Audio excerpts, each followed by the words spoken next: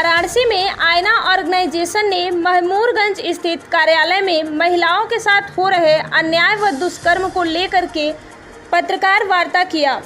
पत्रकार वार्ता के दौरान आईना प्रमुख सुमित स्वामी ने कहा कि हमारे देश में महिलाओं बहनों के प्रति लापरवाह सरकार खामोश बैठी रहती है। हमारे देश में रोजाना दुष्कर्म, बलात्कार, अपहरण की घटनाएं तेजी से फैलती जा रही हैं और हमारी सरकार खामोशी से बैठकर तमाशा देख रही है। सरकार के द्वारा हमेशा समाज का शोषण किया जा रहा है। जिस तरह से सरकार ने नोटबंदी को महत्व दिया और सर्जिकल निर्णय लिया, सरकार को सबसे पहले बाल दुष्कर्म, अपहरण, बलात्कार के ऊपर सर्जिकल निर्णय लेना चाहिए, जिस पर सरकार सर्जिकल निर्णय ले रही है और अपनी व्यवस्था जाहिर करती है। जहां तक मुंबई पुलिस का बयान है कि साकीनाका में हुए दुष्कर्म में एक अपराधी को गिरफ्तार कर लिया गया है। यह मुंबई पुलिस के द्वारा सिर्फ लॉलीपॉप है, क्योंकि इससे पहले पालघर में हुए घटना पर पूरे सबूत होने के बावजूद भी आज तक कोई निर्णय नहीं मिल सका। तो कैसे मान सकते हैं कि इस वीडियो फुटेज में दिखाई ना दे रहा हो, ऐसे में एक अपराधी को गिरफ्तार कर लिया गया है।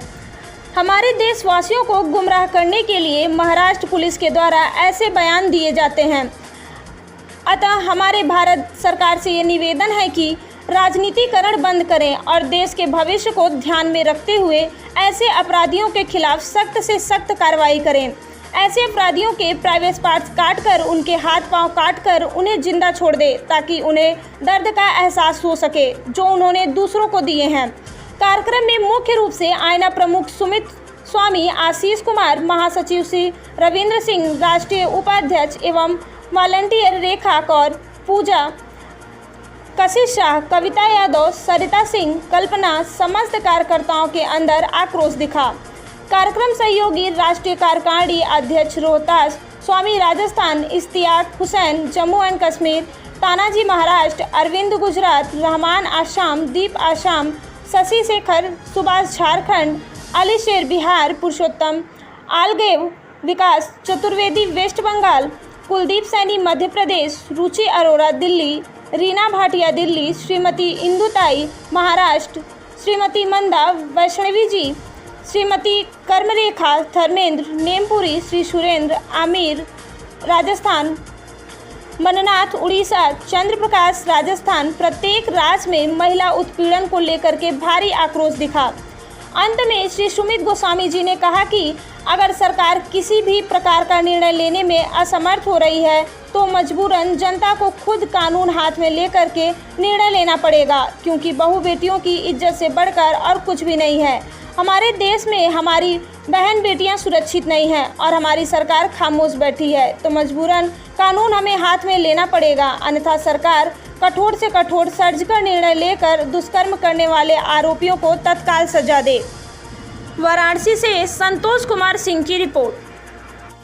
या फिर बहू बेटियों की इज्जत के लिए सर्जिकल निर्णय लाओ।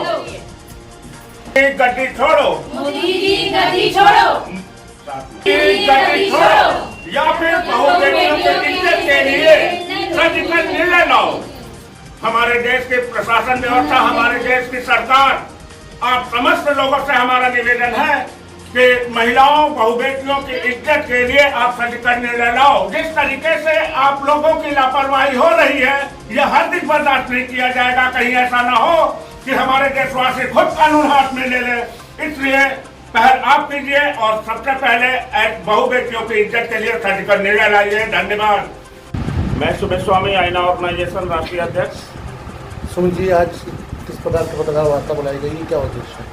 आज की पत्रकार वार्ता हमने इसलिए बुलाई है क्योंकि हमारे महाराष्ट्र के साकीनाका में एक जघन्य अपराध हुआ है। एक ऐसा अपराध हुआ है जिसके खौफ में हमारे देश की माताएं, बहनें, बहू बेटियां आज घर से निकलने में भी खौफ खा रही हैं। ऐसी घटनाओं के ऊपर आज मैंने ये प्रेस कॉन्फ्रेंस बुलाया हुआ है। क्या मांग करते हैं सरकार से?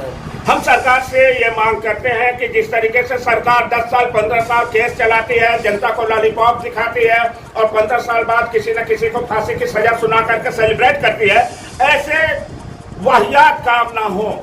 मैं फांसी की सजा के सख्त खिलाफ हूँ। हर ऐसे अपराधी के प्राइवेट पार्ट को काट देना चाहिए, उसके हाथ पांव काट करके उसे जिंदा छोड़ना चाहिए ताकि उसे दर्द का एहसास हो। जिस तरीके से उस महिला को दर्द का एहसास हुआ था, इसे भी जीवन भर दर्द का एहसास होना चाहिए। जब तक ऐसे कड़े नियम नहीं बनाए जाएंगे तब तक ऐसे अपराध तेजी से पनपते चले जाएंगे, किसी भी प्रकार का कोई सुधार नहीं होगा। जिस तरीके की लापरवाही गवर्नमेंट हमारी कर रही है, ऐसी लापरवाही हमारे देश की जनता हरगिज बर्दाश्त नहीं करेगी। कहीं ऐसा वो दिन ना आ जाए कि जनता को खुद कानून हाथ में लेना पड़े। इससे पहले हम प्रशासन से, अपनी सरकार से यह दरख्वास्त करना चाहेंगे कि ऐसी घटनाओं पर गंभीरता से विचार करें और सर्जिकल निर्णय लें। धन्यवाद। जैसा कि हम सभी जानते हैं, हमारे महाराष्ट्र में एक महिला के साथ ऐसी दरिंदगी, ऐसी हैवानियत की गई है जो हमारे पूरे समाज को झकझोर के रख देती है। कहा जाता है कि महाराष्ट्र पुलिस जो है वो भारत में नंबर 1 है, किसी भी प्रकार के केस को उसे हैंडल कर लेती है। लेकिन हम आपके सामने कुछ और पॉइंट रखना चाहेंगे जो ये साबित कर देगा कि महाराष्ट्र पुलिस भी निकम्मी है।